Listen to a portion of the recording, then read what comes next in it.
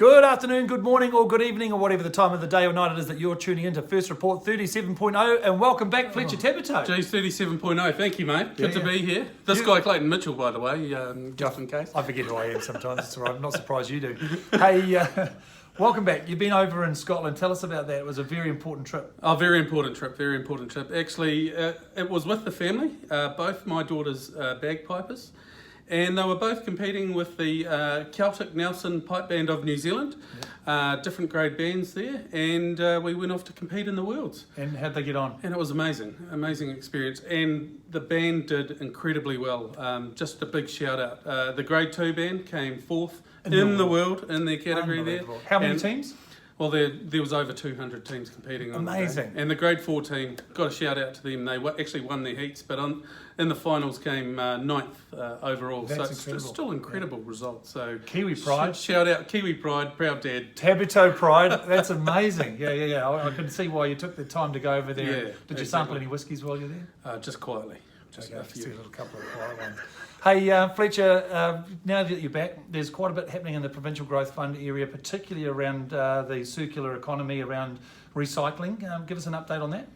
Yes, I just came back from a meeting with Minister Jones and a few of the senior officials there. Great. And it just struck me some of the work that we're doing in the waste to energy and the recycling, the plastic recycling in particular, the money that's being invested not just for economic development, but because we made a deliberate effort to focus on a sustainable economy. Good. And how do we do that, and how do we control waste, and what do we do with it, and what are the cool technologies we can use to maximise these technologies in terms of waste to energy, recycling approach. Yeah, exactly. Yeah, so you just wanted to shout out to the PGF and the good people in business taking these risks, putting it together. It's there's been projects that are already happening, and there are projects that we're still looking at funding. So just really proud. And things that people may be aware of, but certainly up in our patch up near Coromandel, where we're stockpiling plastics after China refused to take any more of our waste plastic. You know, doing something meaningful with that and actually making some positive out of it is exactly what this is all about. So well done. That's exactly. So it's great to be back. And so what about you? What's been? Well, we've had a gentleman on the lawn here in Parliament for 100 days, and he said he's not going to move until the government declare a climate emergency. And good on him, to be fair, for standing up something so passionately that he believes in and putting his time and effort to that. But we've got to be very, very careful that we're not virtue signalling moving forward, because my concerns are we have got so many issues that are emergencies. We've got child poverty. You know, we've got kids going hungry. We've got families living in cars. That's an emergency. We've got a pea epidemic that's causing all sorts of issues around our country and generally the low socioeconomic socially deprived areas.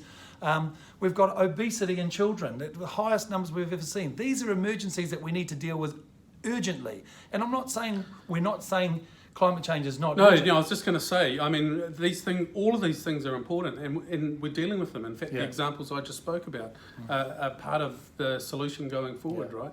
But and none of them are mutually exclusive. That's right. But we cannot give a priority to one over another. And certainly our position, or certainly my position strongly, is that we've got to treat all these issues seriously, and we've got to give them the attention that they all deserve and need. So I don't think there's going to be a declaration on that anytime soon. Some councils have gone and done that, and that's great. But I think we've got some other issues. Clean waterways, for example. That's urgent. That's an emergency. We need to give some attention to. How do we help people in that space? Right? Cost of living. Yeah. Oh, that's vital. Anyway, thanks for tuning in this week. It's a bit of a brief update. We'll be back next week with another exciting episode of First Report 38.0.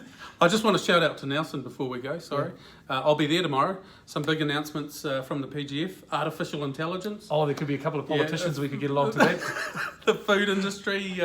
Innovation hub. So exciting times tomorrow. So great stuff. See you there. Have a pie for me. All right. See you, everyone.